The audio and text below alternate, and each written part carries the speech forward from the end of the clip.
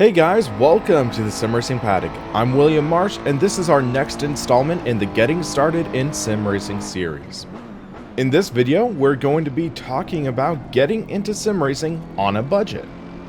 Sim racing can be quite an expensive hobby at times, with the ability to spend over $10,000 on a single sim racing setup. Or if you want to go insane, you can spend over 50 grand. However, one of the great things about sim racing is it is scalable, and you're able to get in for relatively inexpensive if you know where to look. In this video, I want to talk about how to get into sim racing in the most cost-effective way possible.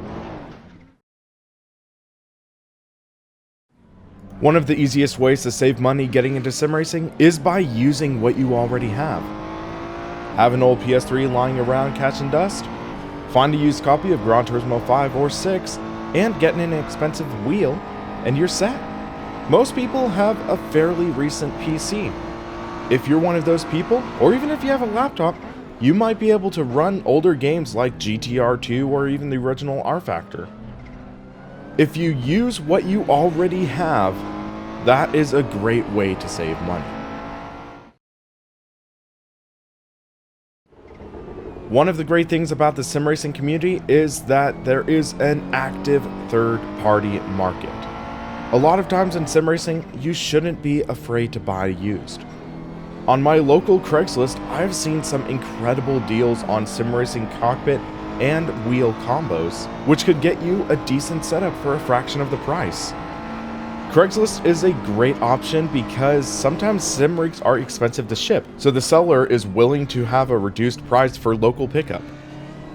Checking sim racing forums like the iRacing forums or Inside Sim Racing forums are a great way to find awesome products for cheap.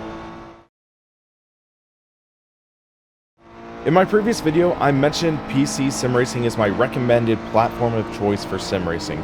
I also mentioned that you could build a decent PC for $500 or so. If you're willing to be patient, shop the sales, and maybe be willing to go a generation or two behind in hardware, you could build a decent gaming PC for even less than $500. I know graphics card prices and RAM are sky high due to the cryptocurrency mining craze. However, if you are patient, wait for sales, or are willing to buy used, you could find a good computer for a good deal. Also, sales aren't just limited to hardware. Look on the software side. At times, I've noticed sales which have Simbin's classic catalog for around $10. That is a steal for some great titles, including GTR 2, which is my personal favorite for getting into sim racing. Getting into sim racing on a budget also will mean that you'll likely need to make some compromises. When I got into sim racing, I was just about 15 years old, which meant that I barely made any money. I saved up, got a cheap wheel, and would always mount it on the desk on my family computer. When other family members needed to use the computer, I would unhook my wheel and store it away. Later on, when I got into console racing games, I bought an $8 tray table to use as my wheel stand, and it was a bit of a pain squeezing through the legs, but that was the compromise I had to make for my budget sim rig. But the thing is, people who are looking to get into sim racing on a budget, they're just getting their feet wet. They're looking to see if they're going to enjoy this hobby, so they're not wanting to sink over $1,000 into their racing setup right off the bat. If you enjoy the hobby, you'll likely invest more into it. But bottom line, sim racing on a budget is definitely possible. So what do you guys think? Here's a question for you. What do you think is the ideal budget for getting into sim racing on a budget?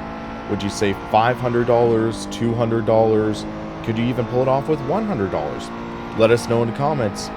Stay tuned for the next video in this series where I talk about some of the different racing titles you have available.